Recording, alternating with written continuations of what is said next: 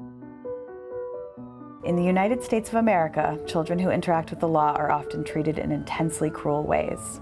In fact, the U.S. is the only country in the world known to sentence people under the age of 18 to life without the possibility of parole, or in other words, certain death in prison. In 2009, advocates working on youth justice reform set out to start an organization that would work exclusively to end this shameful, inhumane practice that disproportionately impacts children of color. I was the founder and director of the Children and Family Justice Center in Chicago. One of our projects was to abolish the juvenile death penalty, and it took 6 years.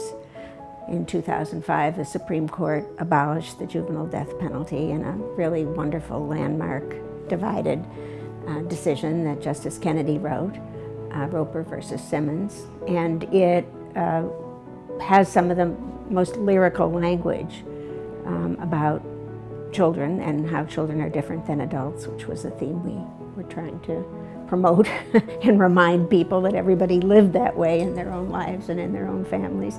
But when it came to the law, our harshness was unlimited regarding teenagers and youngsters, and particularly youth of color. As we started talking to people who would maybe take this on, we realized there really was no one who could do it from a human rights framework, which was advocacy, legal, documentation, and U.S. exceptionalism. And we said we need funding to hire somebody, and it had to be someone spectacular. Jody applied for the job, and we hired Jody. When I started, there were only a handful of advocates who were working on this issue scattered around the country. And then there were families of loved ones who were serving these extreme sentences. It was my job to convene them, to coordinate among them, and to help develop a national strategy to end life without parole for children. One of the first people I connected with was Anita Colón.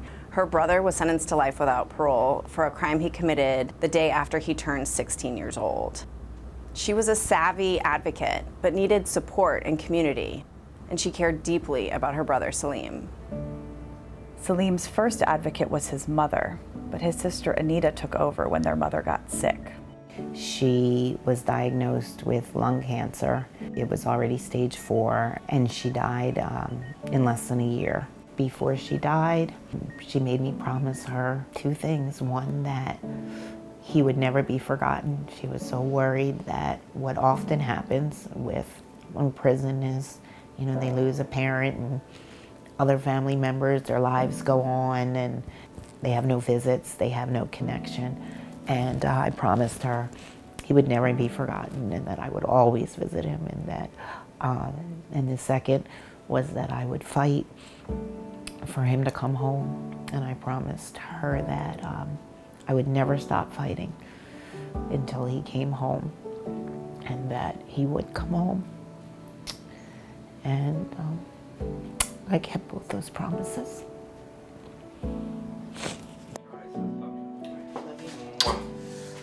I'll see you later. Yep. Be safe. Okay.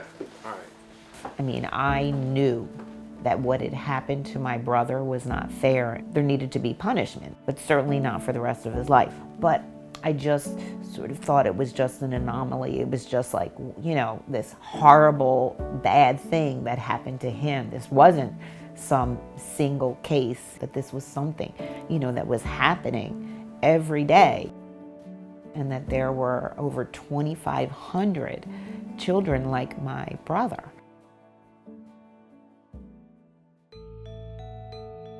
Anita's commitment not only to her brother, but the broader population of people serving was incredibly motivating to me. The families were a force for change long before I started, and I realized I had a lot to learn from them about their experience and the experience of their loved ones, and that I could bring expertise in policy reform and coalition building. We had really strong opposition, and it was obvious to me that we needed to engage people who had lost loved ones to youth violence and supported humane accountability measures for children. Life-changing and The healing for CFSY me. also connected with Sharletta Evans, whose 3-year-old son was shot and killed in 1995 by a group of teenagers. Sharletta was eventually able to not only forgive those teenagers, one of whom was sentenced to life without parole, but to advocate for them and others like them alongside the CFSY. it has been truly healing for me to be a part of the campaign due to the fact that I'm not alone anymore, and it's family, and they understand exactly my point of view concerning the juveniles that are still incarcerated. Working with directly impacted people like Anita and Sharletta has become a cornerstone of the work that we do. We use their experience and their perspective in every aspect of our multifaceted approach to reform, which includes legislative advocacy, coalition building, public education, and bolstering strategies to challenge these sentences in court. One chief avenue for reform has been the U.S. Supreme Court. 3 months after I was hired, the court took Graham v. Florida. We had to get our ducks in a row really quickly to support the litigation team working on the case and coordinate between them and the rest of the advocates across the country. Thankfully, we won in that case, and 2 landmark decisions followed. In 2010, Graham v. Florida, the Supreme Court of the United States decides children cannot be sentenced to life imprisonment without parole for non-homicide offenses. In 2012, Miller v. Alabama, the Supreme Court decides that life without parole is unconstitutional for children in all but the rarest of cases. Finally, in 2016, Montgomery v. Louisiana, the Supreme Court decides its previous ruling in Miller v. Alabama should be applied retroactively. The Supreme Court decisions catalyzed change in the states, and we pivoted to play more of a leadership role in state legislative campaigns.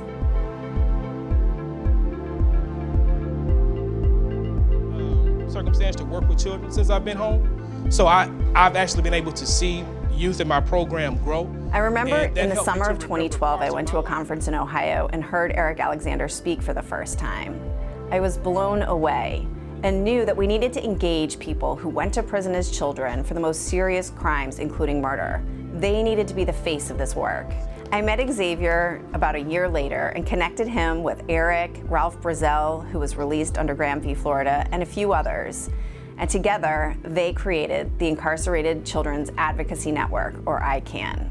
In 2014, we hired Xavier full-time. His impact in the legislatures and the media was transformative. With his help and that of other ICAN members, we built incredible momentum in the states. Gradually, we started to see a steady stream of people coming home, and ICAN became not only a tremendous force for change, but also an invaluable community to people who were told as children they were going to die in prison, who were finally being freed.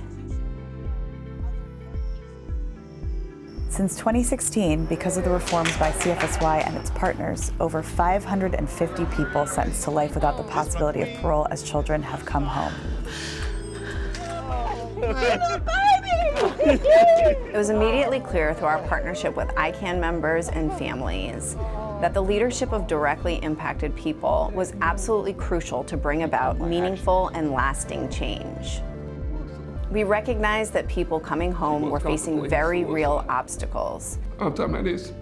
It hurts me so much that I don't have the power. Freedom was meaningless if they didn't have the opportunity to come home and thrive. So we expanded our mission to include support to these individuals so that they could transition to the community with the supports that they need.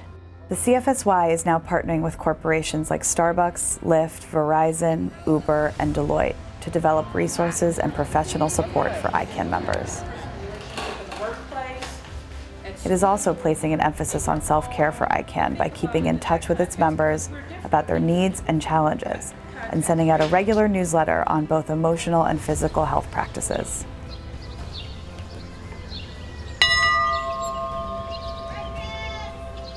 In 2018, the CFSY launched an annual self-care convening at which members of ICAN gather to bond, heal, and improve their coping and healthy living skills. ICAN members and others directly impacted by youth violence and extreme sentencing of children have been leaders in this work since we started 10 years ago. Now we are moving the organization to be led by directly impacted individuals. We have a number of them on our board and on our staff, and our organization is stronger for it. I have no doubt that with these folks leading the way, we will end the extreme sentencing of children in this country. The sky's the limit.